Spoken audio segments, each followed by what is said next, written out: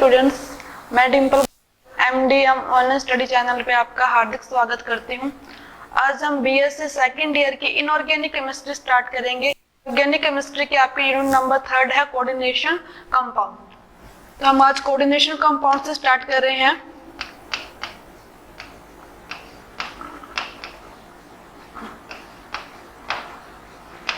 Coordination compound होते क्या है? कोऑर्डिनेशन कंपाउंड जैसे कोई भी इस प्रकार का कॉम्प्लेक्स लिखा हुआ है हमारे पास,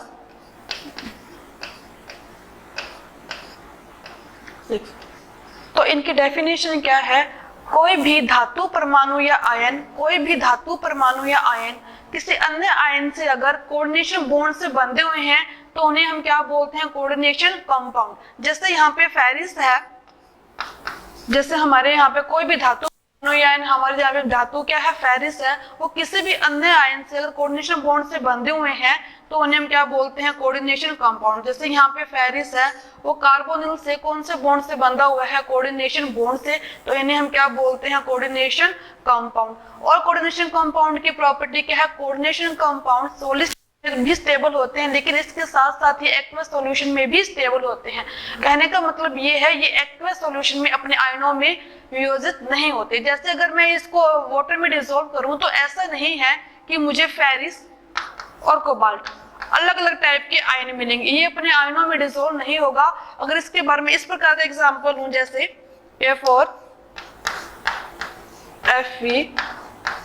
FeCN6, अगर मैं इसको वाटर के अंदर डिसॉल्व करूं तो मुझे दो टाइप के आयन मिलेंगे, एक तो पोटेशियम प्लस, दूसरा मुझे मिलेगा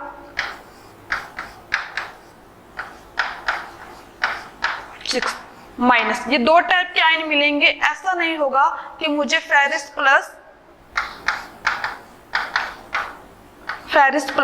साइनिन माइनस और पोटेशियम प्लस, ये तीन टाइप के आयन मिले, नहीं, ऐसा नहीं होगा। क्योंकि जो कोऑर्डिनेशन कंपाउंड होते हैं वो एक्वस सॉल्यूशन में भी क्या होते हैं? स्टेबल होते हैं, अपने आयनों में वियोजित नहीं होते। तो कहने का मतलब है यहाँ दो टाइप के हमें आयन मिलेंगे, पोटेशियम और पूरा ये वाला FeCN6, ये अलग नहीं टूटेगा। अभी फेरिस प्लस अलग हो जाए और Cn माइनस अलग हो जाए। तो समझ में आई बात? कोऑर्डिनेशन कंपाउंड होते क्या है? कोई भी धातु परमाणु या आयन किसी अन्य आयन से अगर कोऑर्डिनेशन बॉन्ड से बंधा हुआ है तो हम उसे क्या बोलते हैं? Coordination compound. और ये क्या होते हैं? सॉलिड स्टेट के साथ साथ एक्वस सॉल्यूशन में भी क्या होते हैं? स्टेबल होते हैं। आगे हम कुछ पार्ट्स हैं कोऑर्डिनेशन कंपाउंड के, उनकी बात करेंगे। Parts of coordination compound, parts of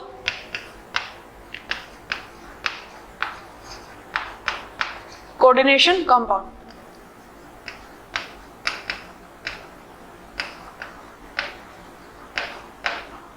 coordination compound के कौन कौन से पार्ट हैं? जनरली कोऑर्डिनेशन कंपाउंड को इस टाइप से लिखा जाता है, जैसे अभी मैंने आपके सामने लिखा था, इसके ब्रैकेट में इनको लिखा जाता है FeCN6। इन सबका अलग अलग नेम है। जैसे जो बाहर आपको पोटेशियम दिख रहा है, इसको हम क्या बोलते हैं? जो बाहर इस ब्रैकेट के बाहर जो आयन लगे होते हैं उसको हम क्या बोलते हैं? Ionic sphere. इसको हम बोलते हैं आयनिक परिमंडल या आयोनिक स्फीयर। Ionic sphere. यहाँ पे जो हमारा सेंटर मेटल एटम है, जो धातु है, इसको हम क्या बोलते हैं? ये हमारा होता है धातु सेंटर मेटल एटम। केंद्रीय धातु परमाणु होता है। जो केंद्रीय धातु परमाणु के साथ जो एटम या आयन अटैच होते हैं उनको हम क्या बोलते हैं? लिगेंड। इनको हम क्या बोलते हैं? लिगेंड। और जो जितने लिगेंड अटैच होते हैं उनकी संख्या को हम क्या बोलते हैं? Coordination number. जैसे यहाँ पे फेरिस के साथ 6 साइनिन अटैच्ड हैं तो उसको हम क्या बोलते हैं? Coordination number. Coordination number.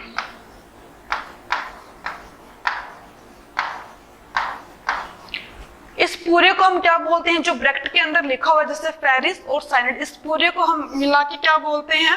Coordination entity. ये छोटी छोटी डेफिनेशन है जो आपके सिलेबस में है।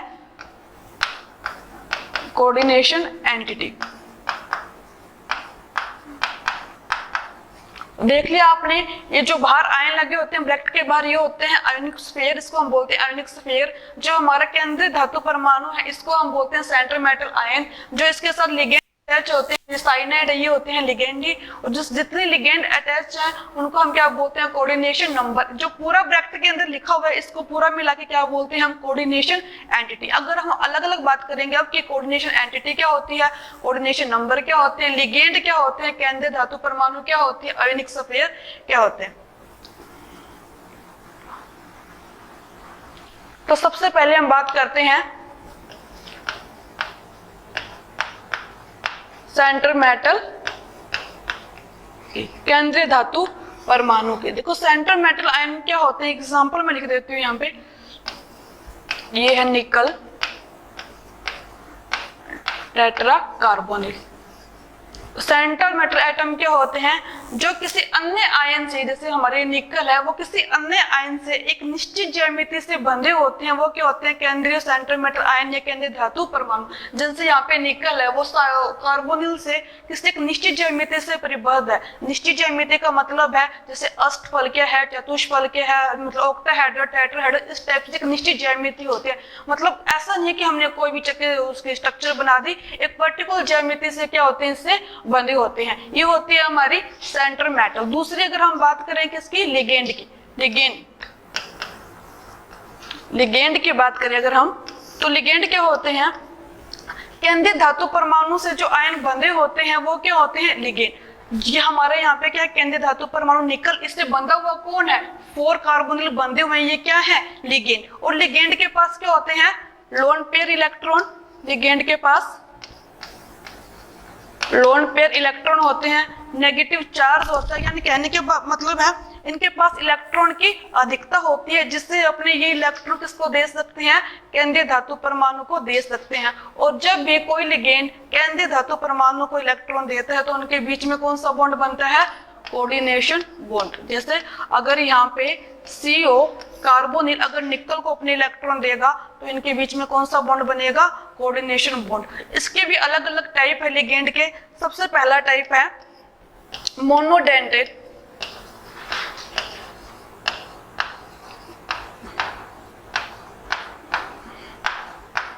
Monodentate ligand. देखो मोनोडेंटेड, मोनो यानी कि एक, ऐसा लिगेंड जिसमें एक इलेक्ट्रॉन, जिसमें एक डोनर एटम होता है वो क्या होता है, मोनोडेंटेड लिगेंड। और हम इसको ये भी बोल सकते हैं जो कितने लोन पेयर को डोनेट करे, एक लोन पेयर को। मोनोडेंटेड यानी कि जिसमें 1 डोनर एटम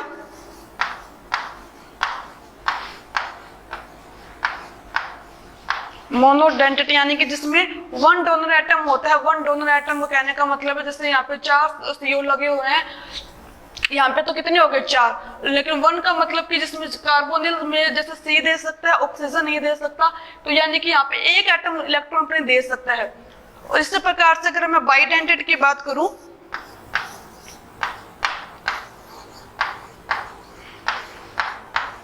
बाइडेंटेड लिगेंड। अब मोनोडेंटेड क्या था, जिसमें एक डोनर एटम होता है। बाइडेंटेड क्या होंगे, जिसमें 2 डोनर एटम हो। कितने, 2 डोनर एटम हो,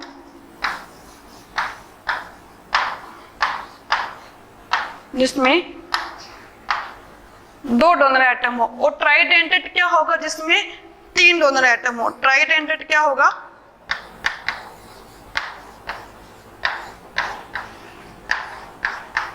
ट्राइडेंटेड लिगेंड क्या होगा,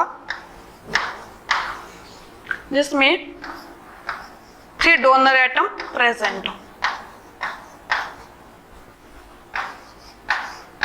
ये तो मैंने आपको बता दिया monodentate, 1 donor atom, bidentate 2 donor atom, ट्राइडेंटेड 3 donor atom. इसी प्रकार से टेट्रा, पेंटा, जितने भी हम टेट्रा यानी कि 4, पेंटा यानी कि 5 डोनर एटम। और एक बात इनकी ये भी है कि मोनोडेंटेड यानी कि, ये आप जरूर ध्यान में रखना, मोनोडेंटेड यानी कि 1 लोन पेयर को डोनेट कर सकता है।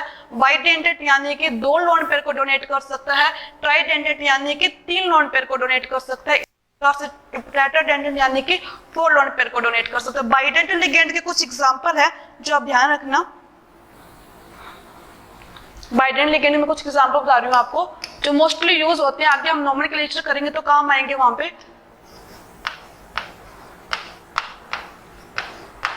बाइडेंटेड लिगेंड, तो बहुत यूज होता है। ये वाला एग्जांपल है थाइलिन डाइअमीन का, CH2 NH2 CH2 NH2। यहाँ पे आप देख रहे हो 2 नाइट्रोजन एटम अपने लोन पेयर को डोनेट कर सकते हैं। तो ये क्या है, एक बाइडेंटेड लिगेंड, इसको हम शॉर्टकट में बोलते हैं EN। फुल फॉर्म है इसकी इथाइलिन डाइअमीन, इथाइलिन डाइअमीन, इथाइलिन डाइअमीन। इसी प्रकार से ऑक्सिलेट आयन है,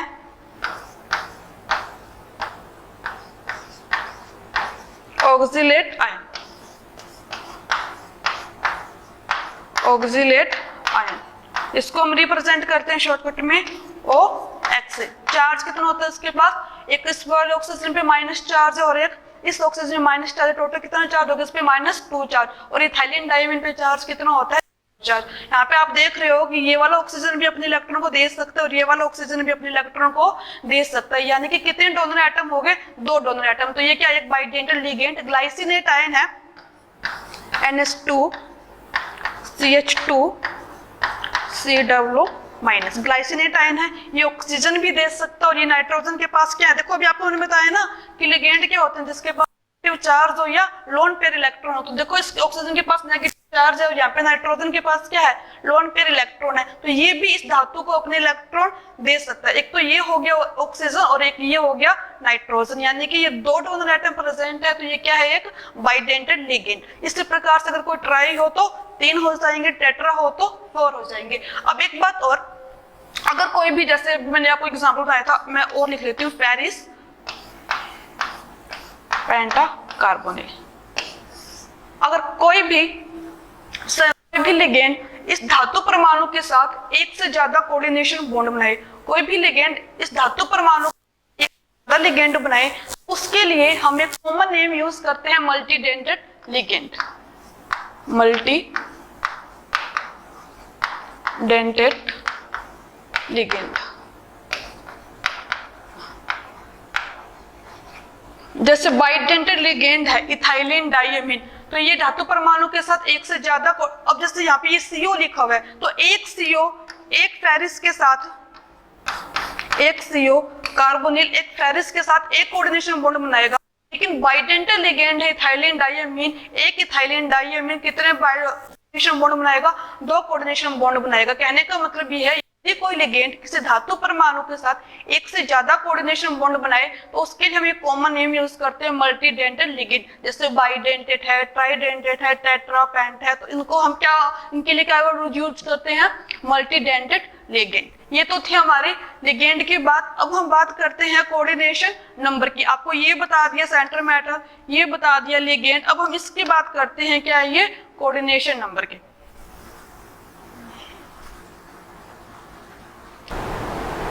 अब हम बात करते हैं कोऑर्डिनेशन नंबर की। कोऑर्डिनेशन नंबर क्या होता है, आपको लिगेंड के बारे में बता दिया है और धातु परमाणु के बारे में बता दिया है, आयोनिक स्फीयर के बारे में बता दिया है। अब बात करते हैं हम कोऑर्डिनेशन नंबर की कि कोऑर्डिनेशन नंबर क्या होते हैं। कोऑर्डिनेशन नंबर, उपसंयोजन संख्या। कोऑर्डिनेशन नंबर, उपसंयोजन संख्या क्या होती है। जैसे मैंने आपके सामने कई एग्जाम्पल लिखे हैं,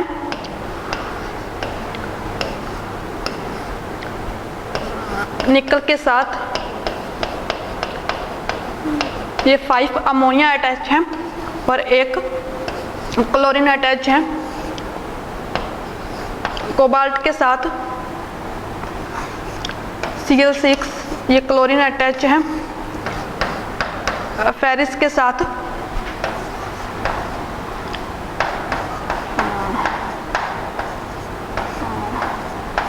दो अमोनिया अटैच है और 2 क्लोरीन अटैच है।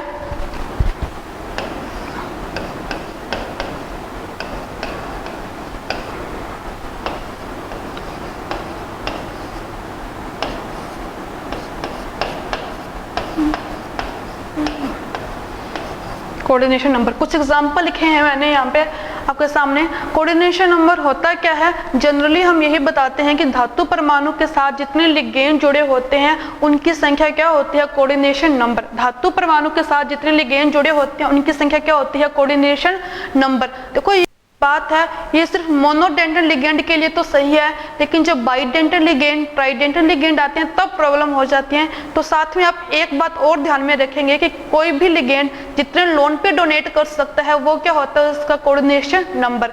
कोई भी लिगेंड कितने लोन पे डोनेट कर सकते हैं वो क्या होता है, उसका कोऑर्डिनेशन नंबर। जैसे यहाँ पे प्लेटिनम का मैं आपसे पूछूं कि कोऑर्डिनेशन नंबर कितना है, तो प्लेटिनम के साथ कितने क्लोरीन अटैच हैं और क्लोरीन है क्या, लिगेंड। अगर मोनोडेंटल लिगेंड की बात करें हम, जितने अटैच्ड होते हैं उनकी संख्या क्या होती है, कोऑर्डिनेशन नंबर। तो यहाँ पे प्लेटिनम का कोऑर्डिनेशन नंबर कितना है, प्लेटिनम का कोऑर्डिनेशन नंबर कितना है यहाँ पे 6। और अगर हम निकल का पूछूं कि निकल का कोऑर्डिनेशन नंबर कितना है, आपको पता है अमोनिया क्या है, एक मोनोडेंटल लिगेंड, क्लोरीन भी मोनोडेंटल लिगेंड। तो यहाँ पे 5 अमोनिया अटैच हैं और 1 क्लोरीन अटैच हैं, तो निकल का कोऑर्डिनेशन नंबर कितना हो जाएगा, 5 अमोनिया और 1 क्लोरीन यानी कि 6। निकल का कोऑर्डिनेशन नंबर कितना हो जाएगा, निकल का कोऑर्डिनेशन नंबर कितना हो जाएगा यहाँ पे 6। यदि मैं यहाँ पे कोबाल्ट का पूछूं तो कोबाल्ट का कोऑर्डिनेशन नंबर भी कितना होगा, कोबाल्ट के साथ कितने मोनोडेंटल लिगेंड जुड़े हुए हैं, 6 क्लोरीन हैं, तो कोबाल्ट का कोऑर्डिनेशन नंबर, कोबाल्ट का कोऑर्डिनेशन नंबर कितना हो जाएगा 6। यहाँ पे मैं फेरिस की बात करूं तो फेरिस का कोऑर्डिनेशन नंबर कितना होगा, कितने अमोनिया अटैच हैं, 2 अमोनिया अटैच हैं और 2 क्लोरीन अटैच हैं, तो फेरिस का कोऑर्डिनेशन नंबर कितना हो जाएगा 4। कितना 4। ये तो सिर्फ बात उन्हीं के लिए है जो मोनोडेंटल लिगेंड जुड़े होते हैं। तो हम ये कह सकते हैं कि जितने लिगेंड जुड़े हुए हैं उन्हीं की संख्या क्या होती है, कोऑर्डिनेशन नंबर। प्लस आप एक बात और ध्यान में रखना कि कितने लोन पेयर को डोनेट कर सकते हैं। जैसे अभी आप यही बात यहाँ अप्लाई करोगे तो EN आपको पता है, इथाइलिन डाइअमीन, जो इस प्रकार से होता है CH2 NH2 CH2 NH2, ये क्या है, एक बाइडेंटल लिगेंड। अगर यही बात हम यहाँ अप्लाई करें तो फेरिस का कोऑर्डिनेशन नंबर कितना आना चाहिए, 2 EN लगे हुए हैं और 2 क्लोरीन लगे हुए हैं, तो यानी कि इस हिसाब से तो कितना आना चाहिए 4। लेकिन हमें पता है ये बात सिर्फ किसके लिए है, मोनोडेंटल लिगेंड के लिए। जब बाई डाई ट्राइडेंट लिगेंड की बात आती है तो हम ये भी देखते हैं कि कितने लोन पेयर को डोनेट कर सकता है। एक बाइडेंटल लिगेंड कितने लोन पेयर को डोनेट कर सकता है, 2 लोन पेयर को, और एक ट्राइडेंटेड 3 को, एक मोनोडेंटल लिगेंड 1 लोन पेयर को। इथाइलिन डाइअमीन, एक इथाइलिन डाइअमीन 2 लोन पेयर को डोनेट करेगा, तो 2 इथाइलिन डाइअमीन कितने लोन पेयर को डोनेट करेंगे, 4 लोन पेयर को। कितने लोन पेयर को, एक इथाइलिन डाइअमीन बाइडेंटल लिगेंड होने की वजह से 2 लोन पेयर को डोनेट करेगा, तो 2 इथाइलिन डाइअमीन कितने लोन पेयर को डोनेट करेंगे, 4 लोन पेयर को। और साथ में हमारे पास क्या लगे हुए हैं, 2 क्लोरीन, यानी कि टोटल कितने लोन पेयर हो गए हैं, 6 लोन पेयर। तो यहाँ पे फेरिस का कोऑर्डिनेशन नंबर कितना हो जाएगा 6। यहाँ पे फेरिस का कोऑर्डिनेशन नंबर कितना हो जाएगा 6। अब थोड़ा देखना, फिर से बात आ गई कि फेरिस का कोऑर्डिनेशन नंबर बताओ, तो कितना होगा, क्या 3 होगा। अगर इस हिसाब से देखें, नहीं 3 नहीं होगा। अगर EN3 तो लगा हुआ है, लेकिन EN है क्या, इथाइलिन डाइअमीन एक बाइडेंटल लिगेंड है। तो हम देखते हैं कि कितने लोन पेयर को डोनेट कर सकता है। एक इथाइलिन डाइअमीन एक इथाइलिन डाइअमीन 2 लोन पेयर को डोनेट कर सकता है, तो 3 इथाइलिन डाइअमीन कितने को कर सकते हैं, 6 लोन पेयर को डोनेट कर सकते हैं। तो यानी कि इसका कोऑर्डिनेशन नंबर कितना हो जाएगा 6। इसका कोऑर्डिनेशन नंबर कितना हो जाएगा 6। तो इस प्रकार से आपको ध्यान में रखना है कि मोनोडेंटल लिगेंड जुड़ा हुआ है, बाइडेंटल लिगेंड जुड़ा हुआ है या ट्राइडेंटल लिगेंड जुड़ा हुआ है। आगे हम बात करते हैं EAN इफेक्टिव एटॉमिक नंबर की। EAN इफेक्टिव एटॉमिक नंबर की प्रभावी परमाणु संख्या। EAN effective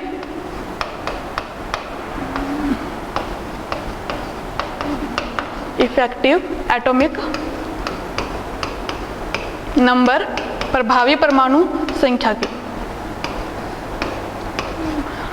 effective atomic number, प्रभावी परमाणु संख्या की क्या होता है ये EAN।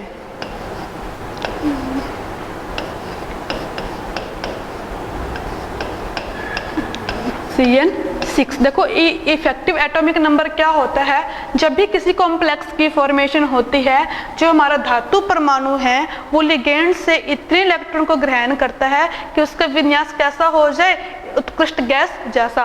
कोई भी कॉम्प्लेक्स की जब फॉर्मेशन होती है, जो ये हमारा धातु परमाणु है, इस लिगेंड से इतने इलेक्ट्रॉन को गेन करता है कि इसका विन्यास कैसा हो जाए, उत्कृष्ट गैस, नोबल गैस जैसा। जैसे यहाँ पे इसके लिए पहली बात तो ये कि आपको ऑक्सीडेशन नंबर निकालना आना चाहिए, धातु परमाणु ऑक्सीडेशन नंबर निकालना आना चाहिए। अब मुझे फेरिस का ऑक्सीडेशन स्टेट निकालनी है यहाँ पे, तो कैसे निकालेंगे, पोटेशियम के ऊपर कितना चार्ज होता है, जिसकी निकालनी है उसको x मान लो। पोटेशियम के ऊपर कितना चार्ज होता है, +1, तो यहाँ पे पोटेशियम है कितने, 4, तो यहाँ पे क्या हो जाएगा, +4। इसके बाद मुझे फेरिस की निकालनी है, इसको मैं क्या मान लूंगी, x मान लूंगी।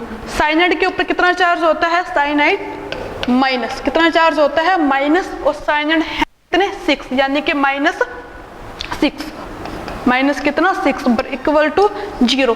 यहाँ पे इक्वल में जो कॉम्प्लेक्स के ऊपर चार्ज होता है, मान लो इस कॉम्प्लेक्स के ऊपर अगर प्लस चार्ज होता तो मैं बराबर में +1 लिखती, +2 होता तो बराबर में +2 रखती, माइनस होता तो माइनस का रखती, लेकिन कॉम्प्लेक्स के ऊपर कोई भी चार्ज नहीं है तो मैं इक्वल में क्या रखूंगी, 0। तो यहाँ पे x इक्वल टू क्या आएगा, +2, x की वैल्यू यहाँ पे क्या आएगी, +2, यानी कि फेरिस की ऑक्सीडेशन नंबर क्या है यहाँ पे, +2। अब हम इसका निकालते हैं EA, effective atomic number. Ferrous का एटॉमिक नंबर कितना होता है, 26। फेरिस के पास कितने इलेक्ट्रॉन होते हैं, 26। फेरिस +2, फेरिस +2 ऑक्सीडेशन स्टेट में यहाँ पे, यानी कि 26 में से हम 2 इलेक्ट्रॉन को कम कर देंगे, कितने हो जाएंगे, 24। अब इसके पास कितने इलेक्ट्रॉन है, टोटल 24 इलेक्ट्रॉन है फेरिस +2 के पास। अब देखो यहाँ पे 6 साइनाइड अटैच है, एक साइनाइड कितने लोन पेयर को डोनेट करेगा, एक साइनाइड एक लोन पेयर को डोनेट करेगा, तो 6 साइनाइड कितने लोन पेयर को डोनेट करेंगे, 6 लोन पेयर को, 6 लोन पेयर को। एक लोन पेयर में कितने इलेक्ट्रॉन होते हैं भाई, 2 इलेक्ट्रॉन, ये होता है ना लोन पेयर, एक लोन पेयर में 2 इलेक्ट्रॉन होते हैं, तो यानी कि 6 लोन पेयर में कितने इलेक्ट्रॉन होंगे, 12। तो यहाँ पे प्लस में मैं क्या कर दूंगी, 12। टोटल इसके पास अब कितने इलेक्ट्रॉन हो गए हैं, 36। कितने इलेक्ट्रॉन हो गए हैं, 36। तो क्या 36 क्रिप्टोन का इलेक्ट्रॉनिक विन्यास नहीं है क्या, 36 किसका इलेक्ट्रॉनिक विन्यास है, क्रिप्टोन का। यानी कि फेरिस सब कैसा हो गया है, नोबल गैस जैसा, उत्कृष्ट गैस जैसा। देखो ये जो EN वाली बात है ये हमेशा अप्लाई नहीं होती, इससे कुछ एक्सेप्शन भी है, लेकिन 90% ऐसा मानते हैं कि कोई भी धातु परमाणु लिगेंड से इतने इलेक्ट्रॉन को गेन करता है कि इसका जो विन्यास है वो हो जाए उत्कृष्ट गैस जैसा। जैसे यहाँ पे है निकल टेट्रा कार्बोनिल की बात करें, निकल टेट्रा कार्बोनिल की, तो यहाँ पे सबसे पहले ये बताओ निकल की ऑक्सीडेशन स्टेट क्या है। निकल की ऑक्सीडेशन स्टेट यहाँ पे CO के ऊपर, कार्बोनिल के ऊपर क्या चार्ज होता है भाई, 0। इसके ऊपर चार्ज होता है 0, तो ऊपर कॉम्प्लेक्स के ऊपर भी कोई चार्ज नहीं है, तो यहाँ पे निकल की ऑक्सीडेशन स्टेट कितनी है, 0। निकल की ऑक्सीडेशन स्टेट यहाँ पे कितनी है, 0। निकल की ऑक्सीडेशन स्टेट यहाँ पे क्या है, 0। और निकल का एटॉमिक नंबर क्या होता है, 28। निकल का एटॉमिक नंबर क्या होता है, 28, यानी कि 28 इलेक्ट्रॉन इसके पास हैं। 4 CO जुड़े हुए हैं मोनोडेंटल लिगेंड। एक CO कितने लोन पेयर इलेक्ट्रॉन को देगा, 1 लोन पेयर इलेक्ट्रॉन को, और 4 CO कितने को देंगे, 8। 4 CO कितने हो गए, 8, यानी कि 28 + 8, 28 + 8 देखो कितना होता है, 28 + 8 कितने हो गए, 36। कितने हो गए, 36, यानी कि इसका विन्यास भी कैसा हो गया है, क्रिप्टोन जैसा। किसके जैसा, क्रिप्टोन जैसा उत्कृष्ट गैसीय विन्यास। यही मैं बता रही थी आपको कि सबसे पहले आप क्या करो, धातु परमाणु की ऑक्सीडेशन स्टेट निकाल लो, ऑक्सीडेशन स्टेट जिसकी निकालनी है उसको मान लो, फिर देखो कि कौन सा लिगेंड जुड़ा हुआ है, वो कितने इलेक्ट्रॉन को डोनेट कर सकता है, करो उसके ऑक्सीडेशन स्टेट निकालने के बाद कि टोटल इलेक्ट्रॉन कितने हो रहे हैं। अगर उसका विन्यास उत्कृष्ट गैस जैसा हो रहा है तो उसको हम बोलते हैं EAN, इफेक्टिव एटॉमिक नंबर। इस थ्योरी के कुछ अपवाद भी है, लेकिन 99% ये माना जाता है कि कोई भी धातु परमाणु लिगेंड से इतने इलेक्ट्रॉन को गेन करता है कि उसका जो इलेक्ट्रॉनिक विन्यास है वो कैसा हो जाए, उत्कृष्ट गैस जैसा हो जाए। ठीक है स्टूडेंट, आगे हम नेक्स्ट वीडियो में करेंगे, तब तक के लिए टेक केयर, राधे राधे।